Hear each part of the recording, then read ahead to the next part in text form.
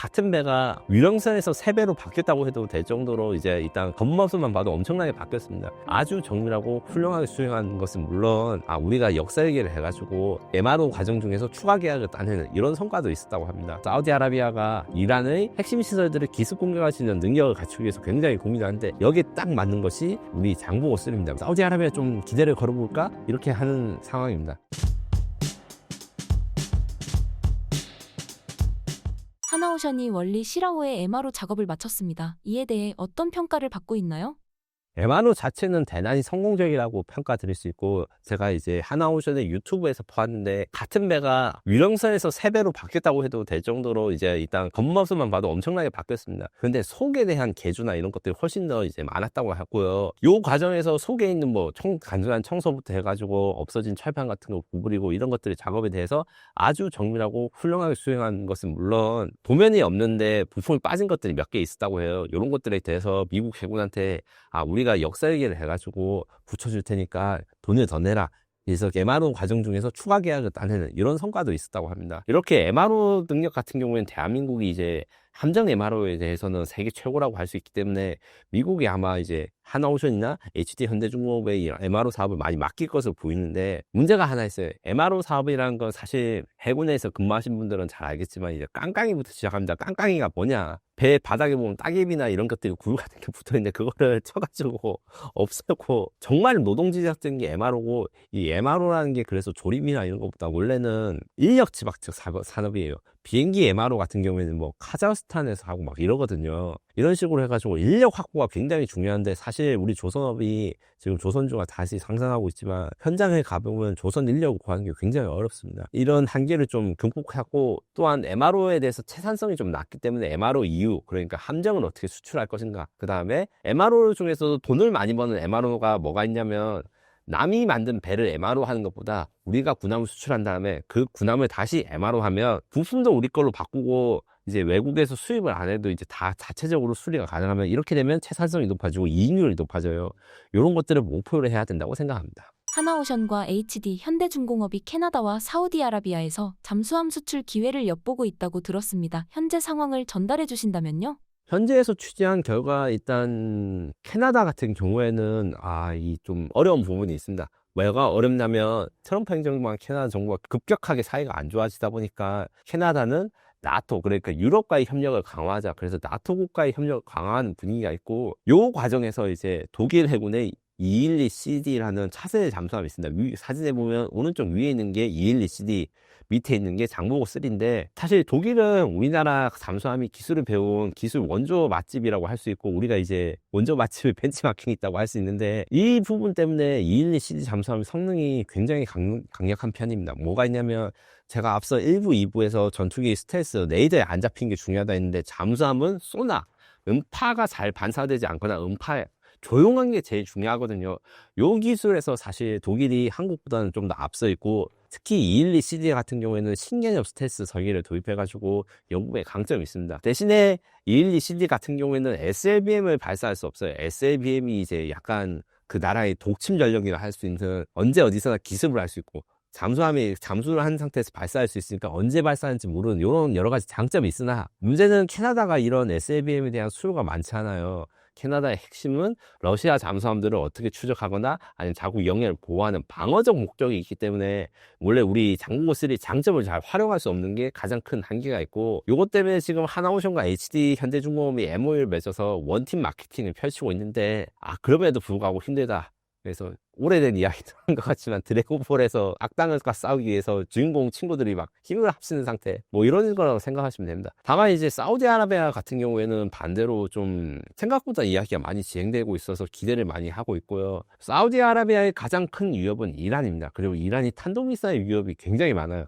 작년에 이스라엘과 이란이 탄도미사일을 서로 이제 쏘고 이제 방어하고 이런 걸 했는데, 그걸 보고 사우디아라비아가 이란을 공격할 수 있는, 정확히 말하면 이란의 핵심 시설들을 기습 공격할 수 있는 능력을 갖추기 위해서 굉장히 고민하는데, 여기에 딱 맞는 것이 우리 장보고 3입니다. 왜냐하면 장보고 3가 북한의 핵심 시설을 기습 공격할 수 있는 SLBM을 갖췄기 때문인데, 저는 여기에 대해서 이제 하나오션한테 물어보니까 이게 전혀 대답을 할 수 없다고, 해드릴 수 없다고 해가지고, 한국에선 정보를 얻지 못했고, 해외 전문가들한테 좀 자문을 구해본 결과, 실제로 사우디아라비아는 같은 경우에는 독일이랑 사이가 그렇게 좋지 않기 때문에, 이런 이제 장보고3에 대해서 관심을 가질 수 있을 것이고, SLBM이 필요한 것도 사우디아라비아가 맞기 때문에, 사우디아라비아 좀 기대를 걸어볼까? 이렇게 하는 상황입니다. 문제는 사우디아라비아 같은 경우에는 무기 도입이나 구매를 할 때 엠바고를 이야기를 하고 있어요. 절대 어디에서 뭐가 팔리는지 말하지 말라. 그래서 저도 사우디아라비아 수출에 대해서 국내에서는 이 정보를 얻을 수가 없었는데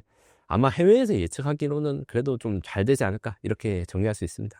한국 잠수함의 경쟁력은 어느 정도인가요?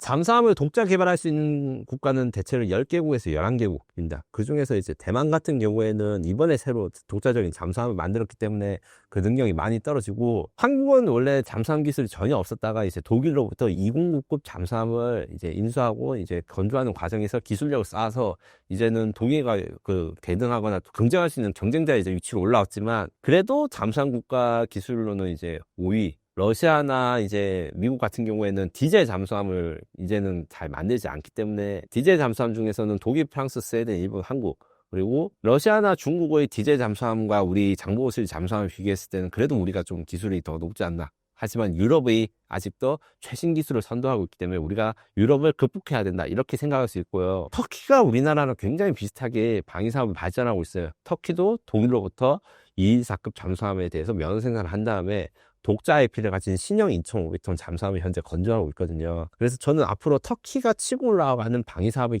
그 국제 방위사업의 시장에서 어떻게 한국이 우위를 가지고 있을 수 있을 것인가, 이런 거에 대해서 좀 고민을 해야 된다고 생각하고, 하지만 터키는 그래도 우리보다 10년 이상 뒤쳐졌다 지금 현재는, 이렇게 말씀드릴 수 있습니다. 그리고 이제 북한과 한국의 잠수함 기술 차이에 대해서 물어보시는 분이 많은데, 일단 잠수함 자체는 북한이 한국보다 훨씬 많아요. 50척 이상인데 대부분이 구형 잠수함이고 2차 세계대전 때 설계가 있어요. 지금 현재 오른쪽 그림의 경우에는 이제 인터넷 홈페이지에서 어떤 밀리터리 매니아 분이 북한의 그 김군옥 영함이라고 하는 순항미사일 잠수함과 우리 장보고3 잠수함 비교한 사진을 올려주셨는데, 여기 보면 아래랑 위랑 굉장히 다른 게, 일단 아래가 굉장히 길죠. 이 긴 게 어떤 특징을 가지고 있냐면, 김군옥 영함 같은 경우에 옛날 로미오급 잠수함 설계를 2차 세계 때 쓴 잠수함 설계를 그대로 가져왔기 때문에 여기서 동체를 늘리는 게 어렵습니다. 무슨 말이냐면, 이 잠수함은 원통, 그러니까 뭐 빨대?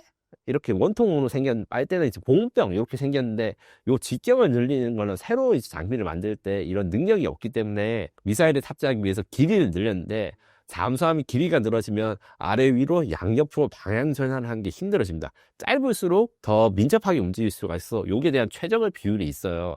그거를 만족하지 못하는 게 일단 첫 번째고, 설계 같은 경우에도 무게 중심을 잡으려면 이제 정밀한 설계가 필요한데 이걸 하지 못해가지고, 아마 김군옥 영함 같은 경우에는 기존의 로미오급 잠수함 설계를 좀 변경하다 보니 미사일은 탑재할 수 있지만 어뢰 탑재 공간이 아예 없어지거나 아니면 이제 안 내부 공간에 크게 문제가 있는 함선으로 될 가능성이 높습니다. 그래서 북한 잠수함과 한국 잠수함의 그 숫자는 북한이 많지만 북한 잠수함과 한국 잠수함의 기술은 50년 이상 거의 멀어졌다, 이렇게 해도 과언이 아닙니다. 다만 구형 잠수함이라 해도 신형 잠수함처럼 위협적일 수밖에 없는 게, 숫자가 많고 아무리 잠수함이 구형이면 시끄럽고 잘 탐지가 된다고 하더라도 그래도 찾는 데 있는 수상함보다 훨씬 찾기가 어렵기 때문에 북한의 SLBM이라든가 수상미사일을 잠수함을 쏘는 것 자체는 큰 위협이고, 여기에 대한 대응이 필요한 것은 사실입니다. 트럼프 압박에 맞설 카드로 핵잠수함이 거론되고 있습니다. 핵잠수함 보유 가능성 어떻게 보시나요? 저는 트럼프의 압박에 대응하는 카드로 핵잠수함을 이야기하는 것 자체가 좀 이상하다 생각합니다.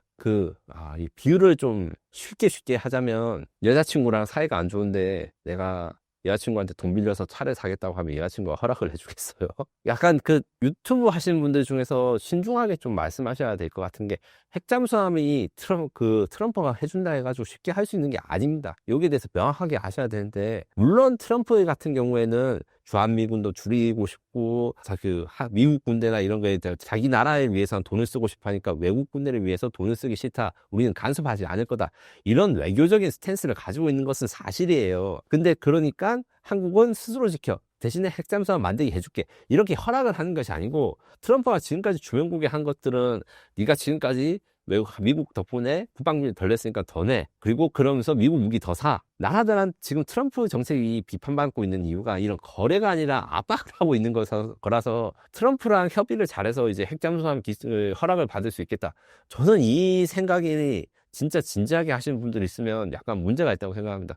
지금까지 트럼프가 이기 정부에서 이런 식으로 딜을 한 적이 없어요. 게다가 트럼프 전에 핵잠수함 제작이라든가 이런 게 허락이 된 유일한 사례. 그러니까 호주 같은 경우는 지금 어려움을 겪고 있습니다. 오른쪽 스크린샷은 더 가디언에 보도된 걸 제가 번역기를 돌려가지고 캡처한 건데, 지금 오커스라 해가지고 호주한테 영국과 미국이 공동 개발한 핵잠수함을 공급하기로 계약이 돼 있는데, 이 계약이 뭐 한 2040년, 50년, 50년 이야기하시는 분도 있어요. 한 지금부터 20년 걸린다. 이런 식으로 인도가 지연되고 있고, 호주도 이게 받을 수 있을지 굉장히 불안해합니다. 여러 가지 이유가 있는데, 기본적으로 핵잠수함 기술을 이전하는 것도 어렵고, 건조를 해서 주는 것도 여러 가지 장벽이 있어서, 이게 쉽게 이야기할 게 아닌데, 너무들 편하게도 이야기를 하시는 게 좀 문제가 있다고 생각합니다. 또한, 핵잠수함을 위해서 이제 우리가 이제 미국과 딜을 하면 미국한테 무엇을 받쳐줘야 되는 거거든요. 어떤 걸 받쳐줄지 자신있게 말할 수 있는 사람이 아무도 없습니다. 뭐, 지금 제가 PT에서는 뭐, 섬이라도 하나 떼줘야 된다. 뭐, 덴마크가 지금 그린란드 관련해서 영토 분쟁을 미국과 갖고 있는데, 나토 국가끼리 영토 분쟁이라는 것도 일단 말이 안 되지만, 그래서 무슨, 어제는 트럼프가 군사작전이 옵션도 고려하고 있다 해서 지금 사람들이 다 어이가 없어하고 있거든요. 핵잠수함을 얻기 위해서 이제 미국이 얼마를 부를지, 그리고 부르는 대신에 우리 어떤 이익을 가져갈지에 대한 정확한 내용 없이 이렇게 이야기한 건 너무 성급하신 것 같습니다. 또한 핵잠수함에 대한 논의를 할 때 항상 이야기하는 게, 우리가 핵무기를 보유한 게 있는 게 아니라 엔진이 원자로를 갖춘 잠수함을 필요하다, 이렇게 말씀하시는 것들이 대부분이에요. 근데 그렇게 되면 효율이 너무 떨어집니다. 핵잠수함은 수십조 원이 들어가는 사업이고, 수십조 원이 들어가는 사업인 만큼 재래식 무기를 갖추면 이게 효율이 떨어져요. 왜냐하면 아무리 큰 핵잠수함이라 해도 탄도미사일이나 SABM을 10개에서 12개 요 정도 갖추는데, 요 정도는 F-15K 전투기 한 대에서 두 대가 폭격할 수 있는 양에 불과하기 때문이거든요. 기습 공격을 하는 장점을 살리기 위해서는 핵무기 보유가 필요한데, 원자력 잠수함만 가지고 이제 핵무기는 안 가지겠다 하면 사실 믿을 나라는 전 세계에 없습니다. 얘는 핵무기를 가지기 위해서 그 전 단계로 지금 장난을 치고 있고, 이렇게 생각을 하는 거지. 그리고 핵무기 보유에 대해서 쉽게 보유를 할 수 있다, 우리가 언제든 나서면 핵무장이 가능하다, 이것도 좀 문제가 있어요. 현실적으로 이야기를 해야 됩니다. 기본적으로 만드는 것 자체도 어려울 뿐만 아니라, 이 만들고 나서 우리나라는 지금 북한의 핵 위협을 받고 있으니까 다른 나라들이 우리나라 핵무장을 도와줄 거야, 이렇게 생각하거나 도와줄 거가 아무도 없습니다. 왜 아무도 없냐면, 국제정세는 아주 냉철하고 자기 이익이 맞기 때문에, 사실은 미국 포함해서 우리나라 외의 다른 모든 국가들은 한국이 핵무기를 가져가지고 북한과의 핵 균형을 이루는 것보다 지금 상황을 더 선호하기 때문에 지금 상황이 이루어진 거라 생각하셔야 돼요. 이게 냉철한 국제 질서입니다. 그렇기 때문에 우리가 핵무장이라든가 이런 것들에 대해서 해외 국제사회의 허락을 받지 않으면 기본적으로 방위사업 자체가 불가능해지고 수출이 불가능해지고 국가 경제에 미치는 영향을 좀 알아야 되는데, 이거를 다 제치고 이제 한국이 핵잠수함을 만들어야 된다, 허락을 받아도 그 돈은 다 우리 세금 그리고 국방비로 내야 되기 때문에, 항공모함 건조라든가 우리 차세대 전투기 사업, 차세대 전차 사업, 이런 것들이 다 포기를 해야 되는 상황입니다. 핵잠수함이 있다면 북한에 어느 정도의 위협이 되는 걸까요? 핵잠수함이 있다면 북한 입장에서는 위협이 되는 게 사실입니다. 핵심은 앞서 보여드린 김군옥 영웅함 같이 핵미사일이라든가 전략핵 미사일을 탑재하고 있는 잠수함을 우리 핵잠수함이 계속 추적할 수 있고, 그 임무를 한국이 한다는 것에서 의미가 있습니다. 지금은 현재 한국의 잠수함은 디젤 잠수함, 그래서 연속 자항 시간이 짧아가지고 이런 임무에 대해서 잘 하지 못하는데, 지금 미국이 한미동맹의 일환으로서 미국의 핵잠수함이 북한의 항구를 감시하거나 이런 임무를 하고 있어요.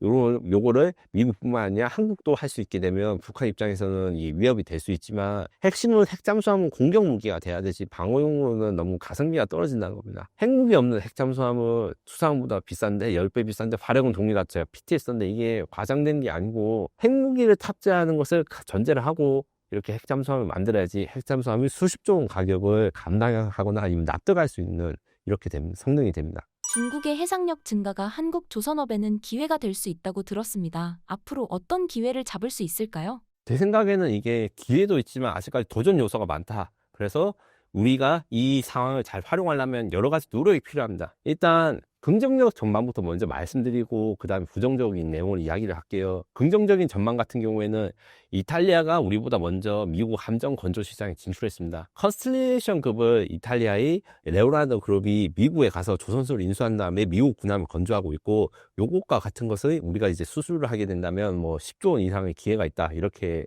이야기를 할 수 있고, 이게 이탈리아 방식으로 우리가 건조를 하게 되면 뭐 우리 정조 대항함 이지스함이라든가 KDDX가 이제 미국 버전으로 바뀌어서 건조되면 뭐 우리는 이제 6척, 7척 건조하는데 미국은 뭐 20척 뭐 이렇게 건조하니까 엄청난 기회가 될 수 있는데, 실제로 미국의 뭐 해군이라든가 여러 가지 분들이 중 전문가 분들 중에서는 한국과 일본이 미국의 군함을 건조하지 못하면 중국과의 군함 건조 경쟁에서 이겨낼 수 없다. 왜냐하면 미국이 지금 조선 산업이 굉장히 안 좋기 때문에.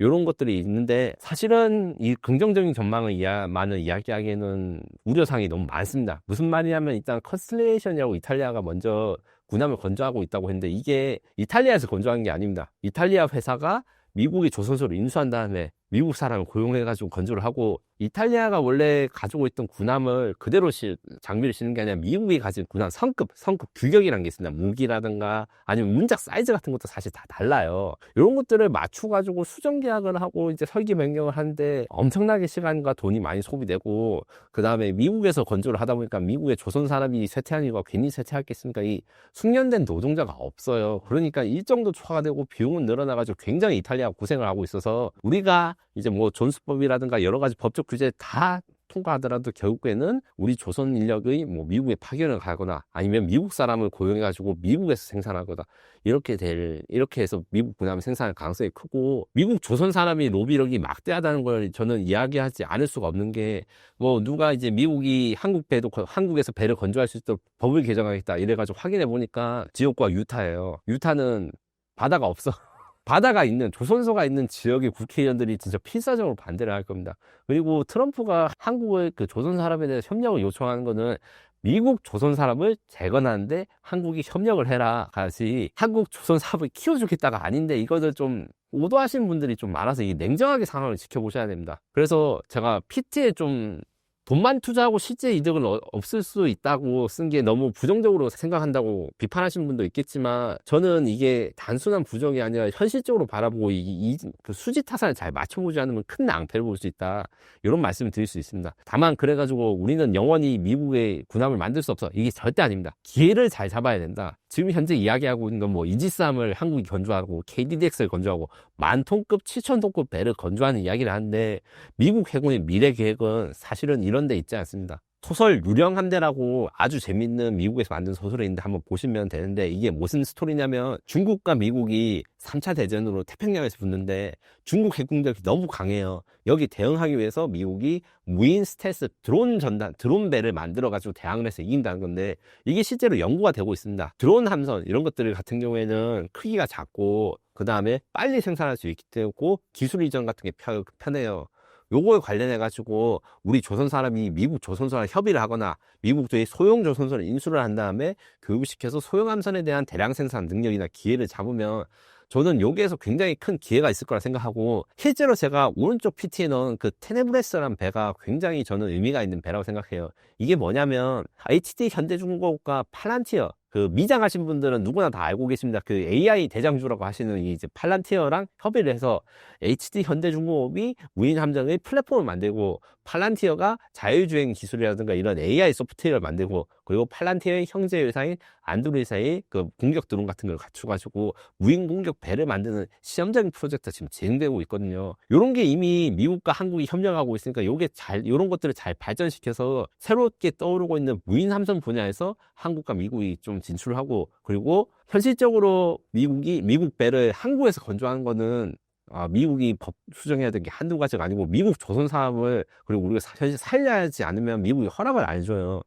그렇기 때문에 미국 조선 사업을 좀 도와줄 수 있고, 이렇게 하는 방법으로 이제 소형 함선, 무인 함선에 대한 협력 강화, 이런 것들을 좀 추진해 볼 필요가 있다, 이렇게 말씀드리고 싶습니다. 현재 미국 방위산업 현황을 알려주신다면요? 아무래도 대형 방사업체가 지는 별, 그 다음에 이제 뜨는 별이라는 스타트업들, 이런 것들에 대해서 이야기를 하지 않을 수가 없습니다. 록히드 마틴과 보잉은 전 세계에서 가장 큰 방위사업체 중 하나고 이것들에 대해서 이제 방산 대장주라 불리고 있었는데 트럼프 대통령 이후로 영 성적이 안 좋죠, 주가가. 그나마 이제 보잉 같은 경우에는 최근에 F-47 전투기에 채택이 돼가지고 주가가 올랐는데 록히드 마틴이 아직도 이제 좀 벽에 붙어 있습니다. 이게 왜 그렇게 됐냐면 트럼프의 이기 정부 때 기업들이 다들 가지고 있어서 그래요. F-35가 록히드 마틴의 핵심 상품이고 이제 수출도 많이 되는데 트럼프 이기 때 F-35가 너무 비싸고 트럼프가 이제 트위터를 쓰는 바람에 강제적으로 10% 할인하고 불평도 많이 받고 해서 이런 기업들이 있고, 여기다가 NGAD라는 차세대 전투기 사업에서 보잉에서 록히드 마틴이 패배를 했고, 록히드 마틴은 앞으로 한 4, 50년 동안 F-35를 계속 팔아먹을 국리를 해야 되는데 이게 마땅치가 않아요. 이렇기 때문에 앞으로 미래에 대해서 많은 걱정이 있고, 보잉의 경우에는 지금 F-47이 승리했지만 그동안 손해가 막심합니다. 나사라든가 아니면 미국 국방부랑 보잉이 계약을 할 때 픽스드 프라이스 컨트랙트라고 고정 가격으로 계약을 하고 요 가격을 넘어서서 안 돼 이렇게 했는데 코로나도 생기고 물가도 오르고 뭐 사업도 지연되니까 보잉이 손해를 본 게 180억 달러 이상을 손해를 보고 이게 아직도 메꾸고 있어요. 그리고 T7 훈련기, 이게 뭐냐면 우리나라가 만든 카이의 T-50 훈련기랑 미국 훈련기 사업에서 경쟁을 했는데 이긴 보잉사의 훈련기가 있는데, 이게 보잉이 오랜만에 비행기를 만든다 보니까 많은 문제가 생겨가지고 이 전력화도 지연되고 개발이 늦어지고 위약금도 물고 해가지고 문제가 많아요. 그래도 보잉이 트럼프 정부에서 이제 보잉이 좀 점수를 많이 받으니까 좀 봐준다, 2027년까지 연기돼도 봐준다 뭐 이렇게 해가지고 버티고 있는데 이게 언제까지 잘 될 수 있을지 불확실한 겁니다. 반대로 팔란티어 같이 다들 아시겠지만 이 방산 대작주가 지금 AI 주가 돼버렸는데, 팔란티어는 사실 용역 서비스 업체입니다. 정확히 말하면 AI를 사용해가지고 방산업체라든가 국방부, 정부 기관들이 더 좋은 결과를 낼 수 있게 도와주는 건데, 그래서 록히드 마틴, 보잉, 로스롭 등 웬만한 방위사업체들과 협업을 하는 게 핵심 정보고 슈퍼 어리라 할 수 있습니다.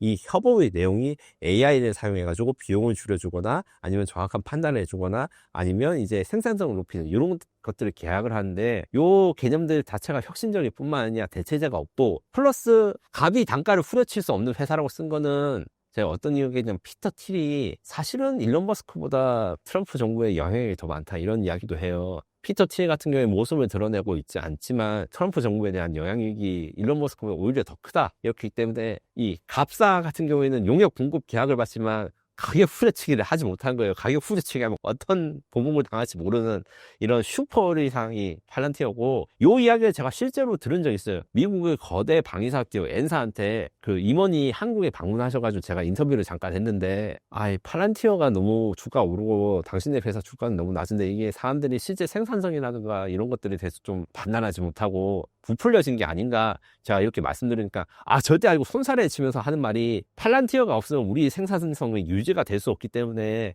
우리는 팔란티어의 협력이 굉장히 중요하고 절대 내칠 수 없는 파트너라고 이야기를 하는 거예요. 여기서 진짜 팔란티어의 무서움을 느끼게 되었죠. 그리고 팔란티어의 형제회사, 아직 상장은 안 됐지만 안드릴에 대해서 주목하는 사람들이 굉장히 많습니다. 페이팔 마피아인 피터 틸 이렇게 투자해가지고 원래 오클러스 VR이라 해가지고 지금 페이스북이 쓰고 있는 VR 오락기를 만든 팔머 럭키가 이제 대표인데, 원래 오락기를 만든 사람이 방산업체에 들어간다 해가지고 사람들이 이게 뭐 잘 되겠어 했는데, AI 기반 공격 드론, 드론 요격 체계, 그 다음에 국경 감시 장비, 이 중에서 지금 현재 가장 매출이 많이 올린 거는 트럼프 일기 때 멕시코랑 미국 사이에 국경 장벽을 세우면서 국경 감시 장비에 대해서 공부를 많이 하면서 이제 급격하게 성장한 회사입니다. 그리고 미 공군 무인 전투기, 그러니까 6세대 전투기가 있고 6세대 전투기가 같이 날 드론 전투기 윙맨즈 사업이 있는데, 사실은 이 6세대 전투기보다 드론 사업이라고 할 수 있는 CCA 사업이 규모가 훨씬 큽니다. 거기서 지금 제너럴 아토믹사랑 경쟁을 하고 있는데, 다들 제너럴 아토믹사보다 안드릴이 아마 이길 것이다, 이렇게 유력한 우승 후보로 점쳐지고 있습니다. 우리가 팔란티어나 안드릴과 협력할 방안이 있을까요? 이렇게 말씀드리면 사실은 팔란티어 입장에서는 이렇게 대답합니다. 우리 협력하고 싶은데 사람들이 왜 이렇게 몰라주는가. 검색하시면 이제 KT라든가 아니면 이제 HD 현대중공업 이런 국내에서의 팔란티어의 협업 시도가 굉장히 많은데, 여기에 대해서 이제 팔란티어 서비스 자체가 앞서 말했지만 용역 서비스예요. 어떻게 그 회사 아니면 그 정부기관의 퀄리티를 높여주거나 생산성을 높여줄까, 이런 서비스이기 때문에 소비자 입장에서 이 결과물만 보고 있어가지고 팔란티어의 진출에 대해서 잘 알기 힘듭니다. 오른쪽에 제가 작년에 단독으로 쓴 기사인데 이게 팔란티어 측에서 많이 도와줬어요. 왜냐하면 너무 알려지지 않아가지고. 그때 당시가 제가 2024년 4월에 처음 글 썼는데, 그때만 해도 아는 사람이 그렇게 많지 않아가지고 했는데, 팔란티어가 아무래도 지금 한국 한국에 제안하고 있던 것들은 앞서 말한 테네브레스라 해서 무인 함선에 대해서 AI 공급하고 KT에 대해 서비스를 공급하는 것 외에도 군대에서는 미국 육군이 팔란티어랑 계약을 하고 있는 것들이 있어요. 아파치 헬리콥터의 수리 부속 같은 게 굉장히 많이 필요하고 이게 재고를 얼마나 쌓아두는지에 따라서 돈이 들어가는 돈 단위가 달라지고 그 다음에 가동률이 달라지는데 요거를 AI로 팔란티어가 구축해 주면서 이 가동률과 효율성, 비용을 낮춰주는 서비스를 지금 미국 육군에 하는데 한국 육군도 똑같은 아파치 헬기를 가지고 있으니까 그 서비스를 사라. 뭐 이런 식의 비즈니스가 굉장히 많이 있어요. 현재도 지금 여기에 대해서 홍보나 이런 걸 많이 해서 저는 이제 팔란티어가 이제 한국에 판매를 하는 것 자체는 많아질 거로 생각하고 요거를 사용해가지고 한국군 혹은 우리나라 방위사업들이 같이 동반 성장할 수 있게 되는 계기가 될 거라 기대가 되고 안드로이의 경우에는 지금 현재 NDA 때문에 지금 보도가 잘 안 되고 있지만 이미 한국 중소기업들과 협업 그러니까 중소기업이 한국에서 만든 부품이나 이런 것들이 안드로이 제품에 들어가거나 아니면 안드로이 제품을 사용하기 위해서 시험평가하고 이런 것들이 굉장히 많은데 안드로이의 경우에도 굉장히 비밀스럽습니다. 좀 뭐 하고 있는지 알려드리지 않고 그리고 이제 시장을 주목을 좀 피하는 것들이 있어요. 다만 이것도 좀 바뀌어지는 게 저도 여기에서 최초로 말씀드린 건데 안드로이 한국 지사가 설립된 것으로 제가 파악되고 있습니다. 그래서 이제 뭐 대형 미국의 방산회사 한국 임원을 지내신 분이 대표로 새로 오신 걸로 지금 알려져 있고 여러 가지 협업을 기대하고 있는데 이게 이분들이 깜짝 발표를 좋아해가지고 제가 보기에는 이제 한국과 안드로이 협력하는 이런 것들에 대한 뉴스가 곧 나올 것인데 이게 언제 나올 것인지 뭐가 나올 것인지에 대해서 사실 저도 잘 모르겠습니다. 오늘 워낙 깜짝 발표를 좋아하시고 그래서 제가 취재를 좀 요청을 했는데 다 거절하시고 비밀을 고수하시더라고요. 러우 전쟁에서 드론이 전쟁에서 큰 역할을 할 수 있다는 게 드러났습니다. 현재 드론 기술은 어디가 가장 앞서 있나요? 소형, 그러니까 드론이라고 흔히 이야기하는 거는 막 엄청 큰 무인 항공기보다는 작고 사람이 날릴 수 있는 걸 드론이라고 이야기를 하는데 이게 사람 따라서 기준이 다 다르기 때문에 정확한 정의는 아니지만 우리가 알고 있는 드론 기술은 중국이 압도적이고 미국도 따라가지 못하는 상황입니다. 우크라이나 러시아가 이 전쟁에서 드론 전쟁이라 하는데 핵심은 우크라이나든 러시아든 드론을 다 중국에서 수입해왔고 중국은 두 나라 다 드론을 다 수출했는데 그냥 드론을 수출한 게 아니라 각국 드론 전쟁의 드론 제머 그러니까 드론을 이제 전파 방해할 수 있는 제모도 수출하고 드론 제모를 이겨낼 수 있는 광섬유 드론 그러니까 유선 통신으로 해서 전파 방해 이겨낼 수 있는 장비도 중국에서 만들어서 제공하고 그거를 러시아랑 중국이 둘 다 씁니다. 그래서 저는 이제 알리익스프레스가 없었다면 둘 다 공격을 못해가지고 휴전했을 거라는 게 농담 같아 보이지만 저 진지하게 말씀드린 게 진짜 중국에서는 살상 무기를 두 국가에 공급하고 있지 않다고 하고 실제로도 무기를 수출한 건 없는데 드론 관련된 건 수출 규제를 지금 거의 안 하다가 작년부터 좀 시작을 했거든요. 우크라이나 쪽으로. 다만 이제 우회 수출이나 이런 걸 전혀 막지 않고 있기 때문에 지금 우크라이나도 지금 중국의 드론 기술이나 제품을 다 들어가가지고 사용하고 있고 요것들은 다 중국이 커머셜 시장에서 절대적인 위치를 가지고 있기 때문에 오른쪽 표 같은 경우에는 이제 아주 인상적인 표라 가지고 제가 가져왔는데 DJI가 오른쪽 위에 있고 나머지 아래에 있는 회사들의 성장률이라든가 브랜드 가치 실제로 생산량이나 이런 측면에서 DJI가 압도적이고 DJI의 그 뒤를 따를 수 있는 업체들도 사실 다 중국 업체입니다. 카이디오 같은 미국의 그 드론 업체들이 있어요. 뭐 이런 거 같은 경우에도 사실 중국에서 부품이 끊겨지면 이제 공급망이 불안정하다 이런 뉴스들이 많이 나오고 있고 다만 이런 소형 드론 말고 대형 무인 항공기 같은 경우에는 아직도 미국이 선두주자를 가지고 있고 앞서 말한 CCA 6세대 전투기랑 같이 가질 수 있는 윙맨 무인 전투기 이런 산업들에 대해서는 이 미국이 좀 주도권을 가지고 AI 기술도 많이 발전돼 있기 때문에 이 부분에서 아마 미국이 승부를 보지 않을까 생각합니다. 일론 머스크가 전투기의 시대는 가고 드론이 왔다는데 진짜인가요?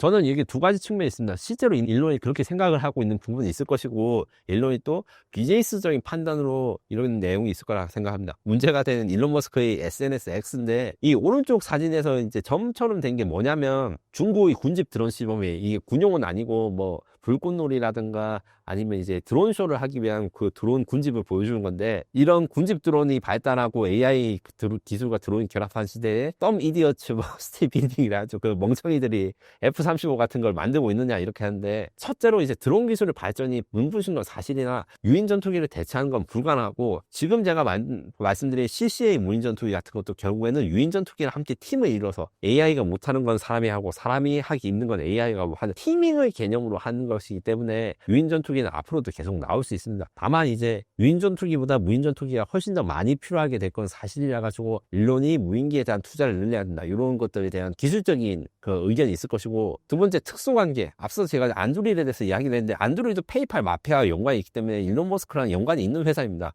그래서 일론 머스크, 스페이스X랑 팔란티어, 안두리 요 특수관계를 고려를 했을 때 안두리를 좀 띄워주기 위해 가지고 이런 이야기를 썼다. 이런 게 좀 비즈니스적인 안목이 있고, 실제로 제가 일부에서 F-47 유인전투 6세 전투 이야기를 했을 때 일론 머스크가 뭐 했는지 미국 그 언론들이 취재를 했을 때 옆방에서 세미나를 하고 있을 때요. 자기가 이제 있으면 이상하니까 분위기가. 그래서 아마 진심 반 아니면 좀 자기 비즈니스적인 의견 반으로 F-35나 유인전투기에 대해서 비판을 할 건데, 이것들은 일론 머스크는 좀 무리하게 이야기를 하는 게 있고, 결국 미래전은 사람과 인간이 AI가 어떻게 협업을 하면서 이제 발전할 것인가, 아니면 어떻게 잘 전투를 할 것인가, 요걸로 승부가 날 것이라 생각합니다. 전차는 이제 드론 때문에 무용지물 아닌가요? 반은 사실이고 반은 사실이 아닙니다. 일단 탄과 방패, 공격과 방어 측면에서 전차는 지금까지 계속 위협을 받아왔고 진화를 해왔는데, 아예 전차가 없을 가능성이 없다고는 말 못해요. 그러니까 옛날 2차 세계대전 때는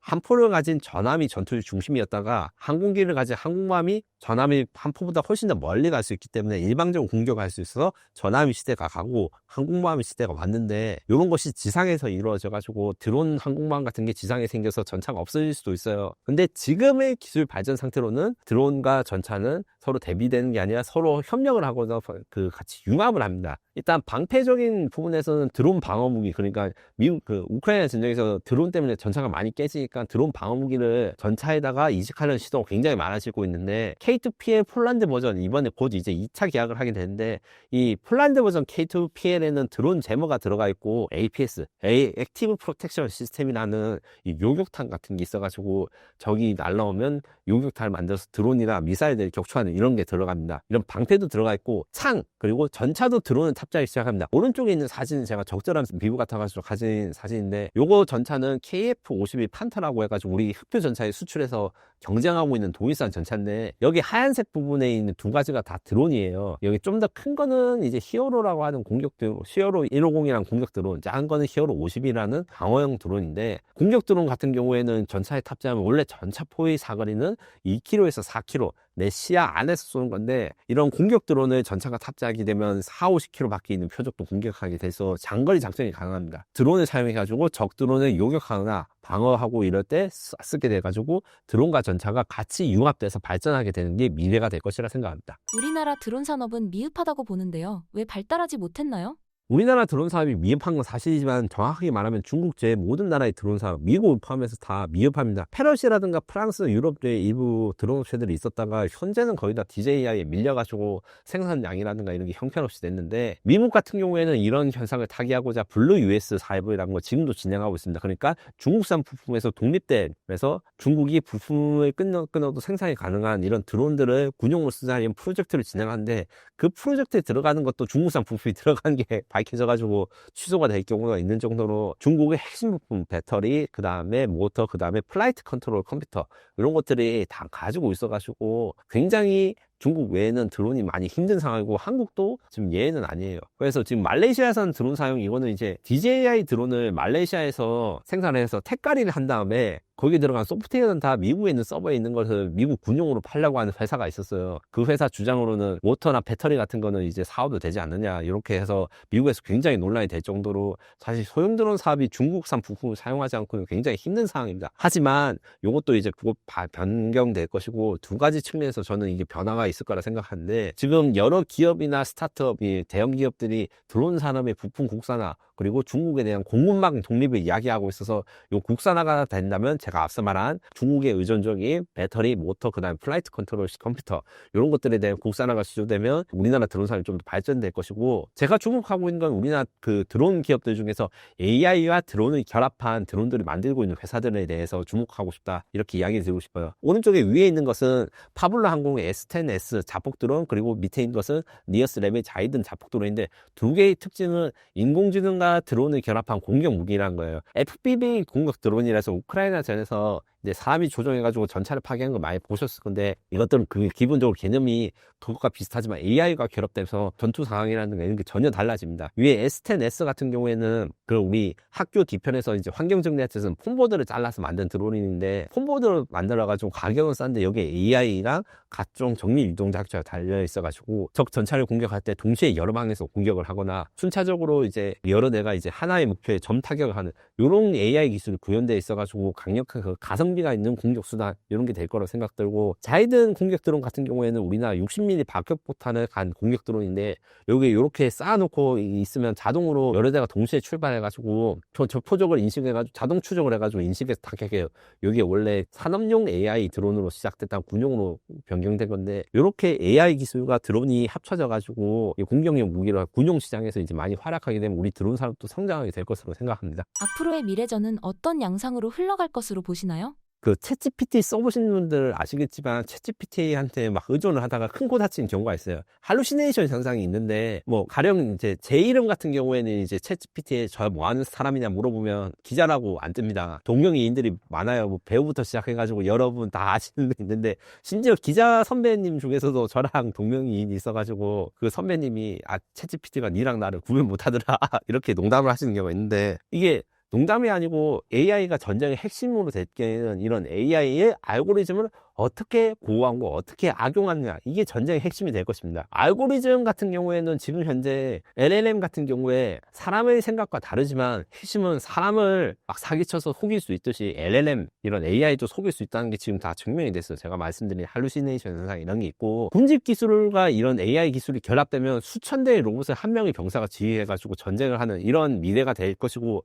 이때 전쟁의 승패를 좌우할 것은 우리 AI와 군집 로봇들이 올바른 알고리즘을 가지고 있어서 적에게 속지 않는 대신에 적의 AI 알고리즘을 어떻게 속일 것인가. 가령 이제 지금 챗GPT 같은 경우에 속일 수 있는 방법 쉬워요. 네이버에 글 50개 올리면 그거 사실이라고 믿어버려요. 왜냐면 50명이 같은 이야기를 하니까 그게 사실이겠지 하고, 이런 것처럼 비유를 하자면 전쟁에서 가짜 정보를 AI한테 인식시켜주고 AI의 정밀한 계산을 어떻게 혼란시켜주는 그런 무기들이 발달할 것이고, 반대로 인간과 AI가 팀을 이뤄가지고 우리 편 AI들이 제대로 지금 적을 판단하고 있는 게 맞는지, 야 얘들 속고 있는 건 아니지, 인간이 할 수 있는 일이 그런 일이 돼가지고 지휘하는 게 미래 전쟁의 핵심 모습이 될 것입니다. 마지막으로 신사임당 구독자분들께 한 말씀 부탁드립니다. 지금 여러 가지 이야기를 했는데, 저는 사실 마지막에 짧게 이야기한 것에 좀 많은 인사이트가 담겨 있다고 생각해요. 대한민국 방위사업은 현재 재래식 무기 수출로 지금 중심이 되고 있지만, 이것을 어떻게 인공지능이나 드론 기술 이런 양자 기술까지 해가지고 신무기로 변화할 수 있는지, 이런 모색의 단계가 있고, 이 변혁의 과정에서 어떻게 우리나라의 방위사업이 잘 적응하는지에 따라서 대한민국의 안보는 물론 이제 방산주의 행방도 갈릴 것이라 생각합니다. 실제로 제가 앞으로도 여러 번 소개를 하겠지만, 이런 AI 기술이나 신기술을 사용한 신무기 체계들에 대해서 우리 방위사업의 동향과 이거 연결해서 설명을 해드리면, 앞으로 우리 미래가 어떻게 될 것인가, 또 그리고 우리 방산주에 대한 투자를 어떤 관점으로 봐야 될 것인가, 이런 인사이트가 생기실 거라고 저는 생각합니다.